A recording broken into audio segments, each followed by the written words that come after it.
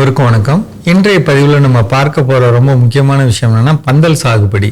இந்த பந்தல் சாகுபடியில் பணம் செலவழிக்க முடியும், என்னால் பந்தல் அமைப்பை உருவாக்கிட முடியும் அப்படின்னு சொன்னால் முதல்ல பக்கத்தில் இருக்கக்கூடிய தோட்டக்கலைத்துறை அலுவலகத்துக்கு போங்க. அவங்க ஒரு சில திட்டங்கள் வச்சுருக்காங்க. பந்தல் சாகுபடி புதுசாக பண்ணுறவங்களுக்கு 50% மானியம் தராங்க. அப்போ அது உங்களுக்கு பெரிய நன்மை கிடைக்கும். சரிங்களா? நிறைய பணம் மிச்சமாக வாய்ப்பு இருக்கு. முதல் அது செய்யலாம். சரிங்களா? அதன் மூலமா நீங்க பந்தல் அமைச்சுக்கலாம். இந்த பந்தல் காய்கறிகள் ஏன் முக்கியம்? பந்தல் காய்கறிகள்ல என்னென்ன இருக்கு? பாவக்காய், பீர்க்கங்காய், புடலங்காய், அவரைக்காய், கோவக்காய், இதெல்லாமே பண்ணலாம். சரிங்களா? இப்ப இதோட முக்கியத்துவம் என்ன?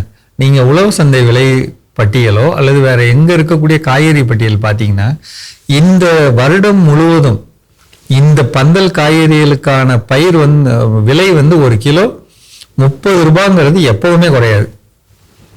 அதோட கூட போகும், ஆனா குறையாது. ஒரு நிலையான விலை கிடைக்க அது ரொம்ப முக்கியங்க. நம்ம எவ்வளவு செலவழிச்சு பந்தல் போடுறோமோ அந்த பந்தல் போட்ட பணத்தை நம்ம எடுத்துட முடியும். அதான் அதுல நம்ம தெரிஞ்சுக்க வேண்டிய முக்கியமானது. ரொம்ப எளிமையான விவசாயம்ங்க. நம்ம தப்பு பண்ணாம இருந்தா பந்தல் விவசாயம் நம்ம கூடவே இருக்கும்.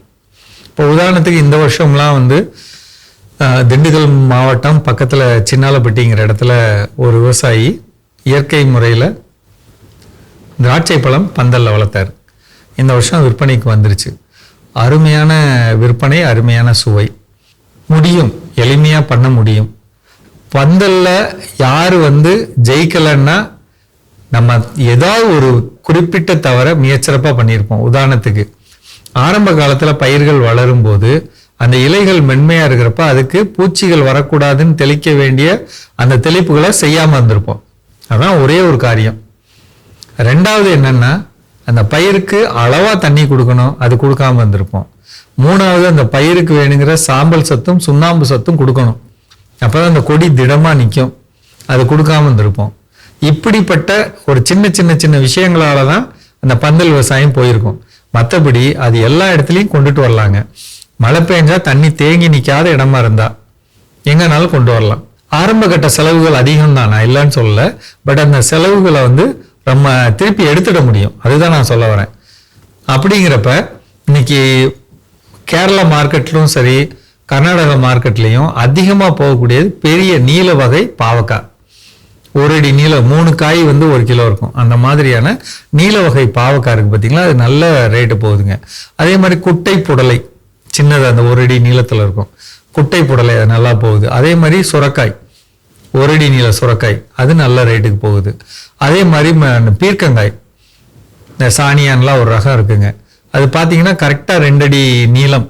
அந்த மாதிரி ஒரு பீர்க்கங்காய் தொடர்ந்து, அதாவது வெளிநாடுகள் விற்பனைக்கும் சரி, அதே நேரத்தில் இங்கே உள்ளூர்லையும் நல்ல சிறப்பாக நல்ல சதைப்பற்றோடு இருக்கிறதுல முக்கியமானது இந்த பீர்க்கங்காய். அது ரொம்ப நல்லா போகுதுங்க. அதே மாதிரி கோவக்காய் பார்த்தீங்கன்னா, கோவக்காய் விவசாயம் இன்னைக்கு சர்க்கரை நோய் அதிகமாக பெருகிக்கிட்டு இருக்க நேரத்தில் பொதுவாக அவங்க சர்க்கரை நோயாளிகள் சாப்பிட வேண்டிய முக்கியமான பயிராக இருக்கிறது இந்த கோவக்காய். அதே மாதிரி அவரைக்காய், சர்க்கரை நோயாளிகளுக்காக அவரைக்காய். இதில் இந்த புடலங்காய் அப்படிங்கிறது புடலங்காய், சுரக்காய், இதெல்லாம் உடம்பு பெருசாக இருக்கிறவங்க ஒல்லியாகணும் அப்படிங்கிறதுக்காக எல்லா விதமான வைத்திய முறைகள்லையும் பரிந்துரைக்கப்படக்கூடிய காய்கள் அது ரெண்டும். அப்போ இதோட தேவைகள்ங்கிறது ரொம்ப அதிகமாக இருக்குது.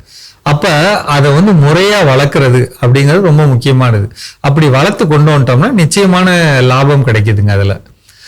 அப்போ இதில் நமக்கு என்ன முடியும், என்ன ரகம் நம்ம ஊருக்கு நல்லா வருது அப்படிங்கிறத தெரிஞ்சுக்கிட்டு அதோட விதைகளை முன்கூட்டியே வாங்கி வச்சுக்கிட்டு நம்ம பண்ணோம்னா இந்த ஆடி மாசத்துல ஒரு மிகப்பெரிய வெற்றி அடையலாம்.